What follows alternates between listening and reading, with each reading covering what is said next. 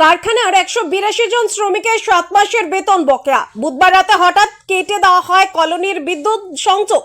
ক্ষোভে ফুঁসছেন বাসিন্দারা। দীর্ঘদিন ধরে বন্ধ দুর্গাপুর কেমিক্যাল কারখানা। সেখানকার 182 জন শ্রমিক গত 7 মাস ধরে বেতন না পাওয়ায় চরম আর্থিক অনটনে দিন কাটাচ্ছিলেন। এরই মানুষের জল, সেই জলটা রাতের অন্ধকারে বিনা কাউকে কোনো নোটিশ না জানিয়ে কেটে দেওয়া হচ্ছে। তার সঙ্গে যারা জল চালায় তারা দীর্ঘ 8 মাস হলো মাইনে পায়নি। তারা যদি না মাইনে পায় তাদের পরিষেবা এটা মেন, যেখান থেকে কাটা হলো তারা ইনফরমেশন দেবে না কেন? আমরা তো এখনো অব্দি টাইম টু টাইম টাকা দিয়ে যাচ্ছি সব জায়গায়, আমাদের যেটুকু দেওয়ার দরকার। আর কারেন্ট হচ্ছে একটা এমন জিনিস, তাও যাচ্ছে মাঝে মাঝে কারেন্টের থেকে জল।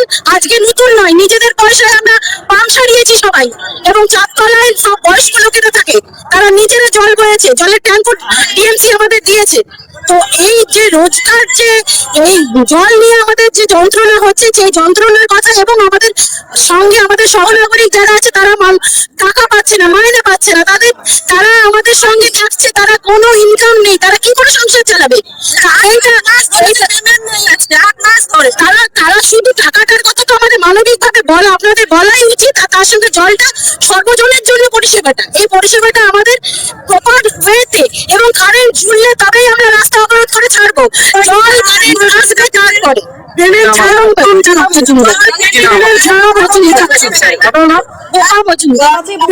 কোনো পূর্ব নোটিশ ছাড়াই কেমিক্যালস কলোনির বিদ্যুৎ সংযোগ কেটে দেওয়া হয়। ফলে বৃহস্পতিবার সকাল থেকে জল ও বিদ্যুৎ পরিষেবা পুরোপুরি বন্ধ হয়ে যায়। তীব্র গরমে চরম দুর্ভোগে পড়েন কলোনির বাসিন্দারা।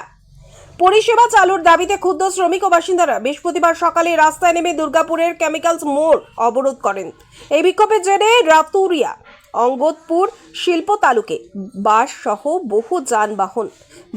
বহু যানবাহন আটকে পড়ে এবং দীর্ঘক্ষণ যান চলাচল ব্যাহত হয়। বিক্ষোভকারীদের স্পষ্ট দাবি, অবিলম্বে জল ও বিদ্যুৎ ফিরিয়ে দিতে হবে এবং শ্রমিকদের বকেয়া বেতন দ্রুত মেটাতে হবে। হচ্ছে আমরা ডিসিএল এর সবাই ওয়ার্কার্স, এখানে 7 মাস ধরে স্যালারি হয়নি, এবং এখানকার যারা কর্মীরা এখানে পাম্প চালায়, করে সমস্ত রকম ইলেকট্রিক্যালের কাজ আছে, মেকানিক্যালের কাজ আছে, সমস্ত কাজ করে। 7-8 মাস ধরে আমরা পেমেন্ট পাইনি, এটা বড় ইস্যু।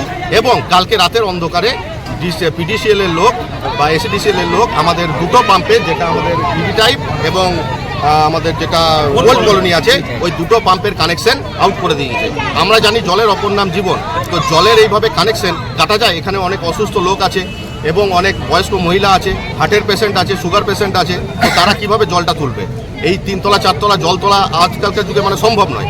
তো কিভাবে এটা ম্যানেজমেন্টের কারসাজি নাকি আমরা জানি না। এসিডিসিএল এর লোক এসে দুটো পাম্পের কানেকশন কেটে দিয়েছে। আমাদের ঘরের ডোমেস্টিক লাইনগুলো আছে, কিন্তু পাম্পের কানেকশন না থাকা সত্ত্বেও আমরা জলটা পাচ্ছি না। এটা হচ্ছে মেন ইস্যু। কেন